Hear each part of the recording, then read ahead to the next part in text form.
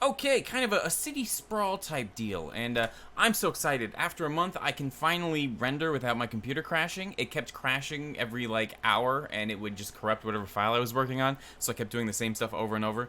This feels so good to finish up. But yeah, so this is a city system. It's actually just 6 different kind of self-randomizing buildings. And I built these to fit a very specific niche that I need a lot, which is where I want buildings in the background. I want kind of a cityscape, and I want it to kind of feel as if there's stuff happening in the windows, but I don't want it to be too distracting, and I also want it to be really lightweight. And so this stuff doesn't hold up great in close-ups, but it's lightweight enough that you can have like 100,000 of these things spreading to the horizon, and your computer should hopefully still kind of be able to take it. So lots of randomizations, like with the windows and tarps and things either appearing or not appearing. If I were really smart, I would have done the whole thing with a geometry nodes, but honestly I didn't know how to do that, so I'm just doing a lot of it with the shader editor. That said, I'll also include this setup here because it's really fun. This is just a geometry nodes kind of scattering system using the buildings and scattering them on every vertex. Here, if we turn this off, every one of these vertices just becomes a building, so I could like duplicate this and raise it up if I want. And here, like, if we turn this back on, we can just duplicate buildings and kind of build out whole areas. And it's just, in terms of being able to kind of lazily just move stuff around and get something that looks kind of cool, I'm having a really big blast, especially if you combine it with some haze and stuff like that. You're just really kind of playing with the silhouettes and the shapes of the city. Also, because it's just the same 5 buildings over and over, it's crazy lightweight. So look at this. I can just like, like, I have a good computer, but this is still like pretty darn lightweight. I use the same material on every single building, so if you want to tweak the materials, you just have to tweak it on one building. Let's see, let's grab like this one here, building A, and if you go into the materials, the only 2 that are designed to be tweaked with, I mean, you can obviously dig into any of these and do whatever you want, but Windows has a probability and a brightness, and the same with like porch lights, which are these little secondary lights, and I just found that's kind of what it needed to make it not feel too copy and pasty. If you have all the windows on, it kind of feels a little bit too uniform, although all the windows come on at different times. So if you animate this, you could actually kind of do like a little time-lapse type deal, which could be kind of fun. And again, I didn't go very hard on the geometry node side of things. It's basically just there to instance a building on every vertex, but I did add a rotation randomization thing, which is kind of good for breaking up things feeling a little bit too uniform. If you set it to 0, everything's on 90-degree angles, but you can just kind of like make it kind of angle every which way, which is actually kind of cool for making it feel as if like there's streets weaving through the buildings. Or let's see, maybe add like a cylinder, and let's make it a little bit taller and add some edge loops. Maybe turn on proportional editing, and we'll pull some of these random pieces out a little bit to make it a little bit more uneven.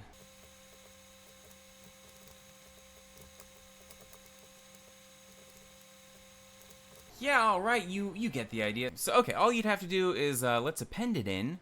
Big city. I'll clean all of this up. But yeah, just grab big city here, and it brings in both the starter object and the little buildings here. And please forgive me, my brain is just completely fried, both from like the crazy heat and from being in computer fixing land. But yeah, I keep going up to the outliner. My face is over it. So I've got a couple of my sample scenes here, and we also have like a water world type deal. It's just sitting on top of a water plane.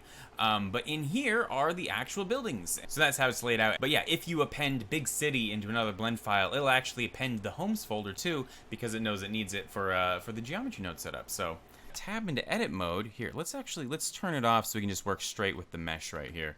I can delete everything if I want, just add a plane, and I get to sculpt kind of the shape of the city the way I want it. Let's kind of create like a canal type deal. Cool. And if we turn geometry nodes back on, how's this look? Okay, this side over here definitely needs more. And if I turn on proportional editing, I can just grab the vertices and move whole little areas kind of like a hill. Make some of the bits a little bit sharper. I can also just like copy and paste and stack stuff around if I want some like really, really tall stuff. Let's add a camera here, maybe just flying down the whole length of the deal. Hit I to add a keyframe. Let's go to, yeah, let's make it 140 frames long. And we'll go to the end. We'll see. We'll want to dial this in quite a bit. And add another keyframe. Shift-E, make linear, so it goes the same speed the whole time. And that's kind of cool. Let's speed it up. And I actually kind of want to feel like we're at the bottom of a canyon. I want it to feel as if stuff goes up. So I can just grab these guys, duplicate them, and kind of scale them out. And let's see how this works.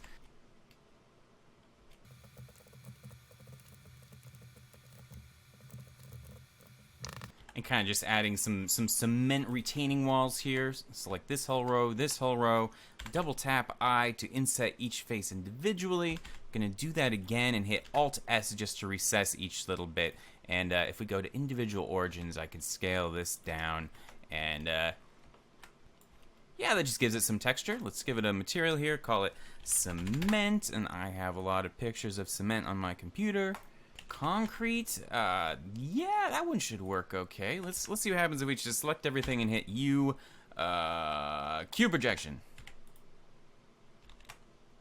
Here, let's open the UV editor and let's scale it up a little bit. And I'm sorry, I wasn't really trying to make like an entire city tutorial. I was just trying to show how fun it is to kind of play around with these things. Here, let's create a giant water plane here. And for the water material, I'm gonna kind of cheat it a little bit. Let's make it glossy right here. Plug that into the surface. Turn down the roughness, and that already looks pretty good. But let's go all the way because we're gonna be moving over it. I want to see all of the kind of ripples and stuff passing underneath.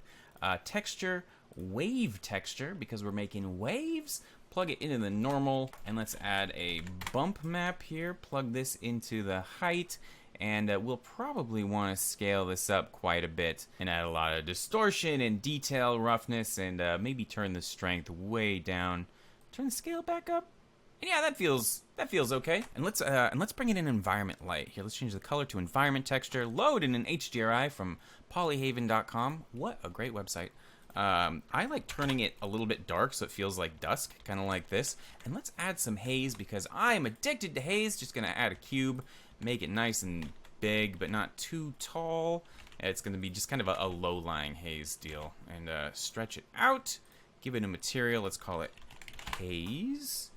Delete this. Create a volume scatter plugged in there. And we're just going to make the density like 0.02 or something. Maybe turn up the anisotropy just a tad. Ooh! And so the big thing about these buildings is they're designed to work mostly with their silhouette. The place they're going to work best is where there's kind of an extruded thing sticking up, and it's just a lot easier to see that silhouette if you have a little bit of haze going or a little bit of backlight or something like that. I'm going to turn the haze way down. Yeah, that feels a lot better. Although it shows the water is not quite as small as I thought it was. Here, let's turn up the, I guess, detail scale. Yeah, it feels okay.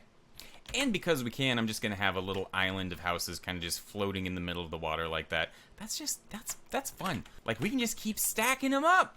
And yeah, oh, that looks pretty darn good. I put all of them on stilts just in case they're on uneven terrain. They're not just like jutting out into nothingness. They kind of have stuff under them holding them up. But you can just ignore the stilts if you want. Or, obviously, you can go into just the original files. They're just these low poly objects.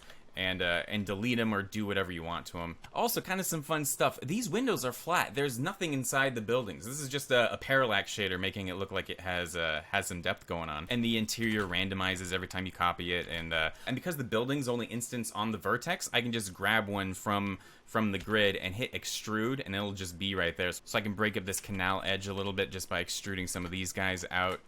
Maybe tuck it in a little bit. And here, I'm going to widen up the camera just a little bit. And let's bring in like a little spaceship deal. Yeah, I've got this ship from an old Dynamo episode. I should probably go through and update it at some point. But let's stick that in there. So I'll add a keyframe here. And we'll go to frame 140 and move the ship ahead. So maybe it's kind of flying off over that little island we made. And let's see. Yeah, that's looking good.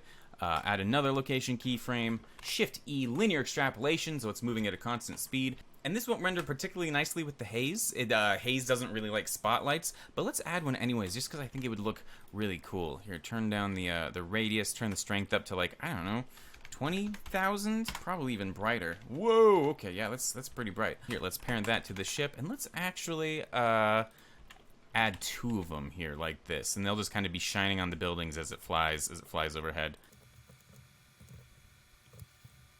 And let's add just a little bit of camera shake. Let's see, out car window, but turned down a little bit. Yeah, that's feeling pretty good. Here, let's add a little bit of rotation on the x-axis here. So insert a rotation keyframe, grab the x-axis, open this little side panel, and let's add a noise modifier here. Turn it way down. Dun, dun, dun. Cool, and I think I actually want the camera to kind of rise up as it's going along. So let's grab the Z location here. and just bring it up. And maybe we'll change these to automatic so we can kind of like ease in and ease out of the movement. Let's see how that feels. So it's chasing it, and then we kind of rise up behind the ship. Cool. I think all I want to do is kind of flesh out this horizon just a little bit. So I can literally just kind of duplicate these like this, and maybe just kind of make my own little additional hill like that. Cool. And just before we hit render, I'm going to try playing around with the sky a little more. Let's try bringing the sunset around to the far... Ooh! Ooh, I'm obsessed with sunsets lately. This looks cool. What if we make it even darker? Just underexposing HDRIs is such a fun thing to be able to do. And here, let's try a different one. Let's just play with a few of them. Cloudy?